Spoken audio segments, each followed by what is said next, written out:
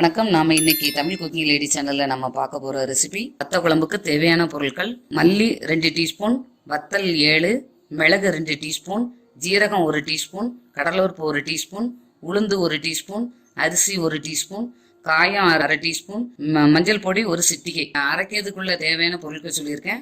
அந்த குழம்புல சேர்க்க வேண்டிய பொருட்கள் என்னன்னா: பூடு 50 கிராம், உள்ளி 100 கிராம், சுண்டுவத்தல் 1 கரண்டி எடுத்துக்கோங்க. பிடிச்சிருந்தா ஒரு 10 எண்ணெய் போட்டாலும் போதும். நான் ஒரு சின்ன கரண்டிக்கு 1 கரண்டி எடுத்திருக்கேன்.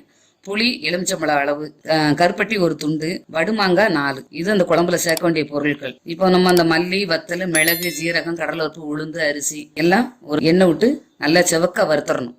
நல்லா செவக்க வறுத்த பிறகு சூடு ஆறின பிறகு மிக்சி சாரில் போட்டு கொஞ்சம் தண்ணி விட்டு நல்லா நைஸாக அரைச்சிருங்க. ஸ்டவ் ஆன் பண்ணிக்கோங்க. ஒரு பாத்திரத்தில் இந்த அரைச்ச மசாலாவை அந்த பாத்திரத்தில் போட்டு புளி கரைச்சலை நல்லா ஊற்றி நல்லா கொதிக்க விடுங்க. அந்த கொதிச்சுக்கிட்டே இருக்கும்போது நான் சொன்ன 4 வடுமாங்காய் சொல்லியிருக்கேன். அந்த 4 வடுமாங்காவும் அந்த குழம்புல போடுங்க. போட்டதுக்கப்புறம் கொதிச்சுக்கிட்டே இருக்கும்.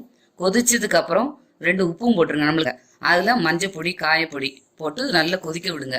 நல்லா திக்காகும். இந்த பச்சை வாசனை போகும். நல்லா திக்காக கொதிச்சுக்கிட்டு அப்புறம் அடுப்பில் வச்சுக்கிட்டு 50 கிராம் நல்லெண்ணெய் ஊற்றுங்க. நல்லெண்ணெய் அந்த சூடானது பிறகு 1 டீஸ்பூன் கடுகு போட்டு நல்லா பொரியட்டும். கடுகு பொரிஞ்சதுக்கு அப்புறம் நம்ம பூடு, உள்ளி போட்டு நல்லா வசக்கிடுங்க. கொஞ்சம் கருவேப்பிலையும் போட்டு வசக்கிடுங்க.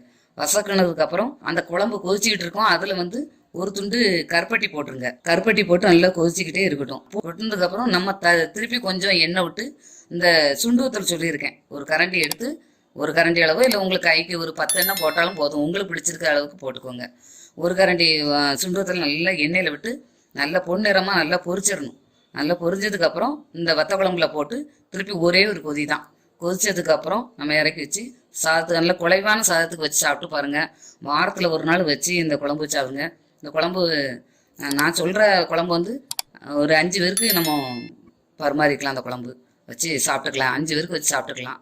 நீங்கள் எல்லாருமே இதை ட்ரை பண்ணி பாருங்க. குழம்பு சூப்பராக இருக்கும். வத்த குழம்புன்னா இது நம்ம ஊர் ஸ்பெஷலு. எப்போதுமே கேரளா ரெசிபினே சொல்லிக்கிட்டே இருக்காங்க இவங்க அப்படின்னு நீங்கள் நினைக்கலாம். இது நம்ம ஊர் குழம்பு.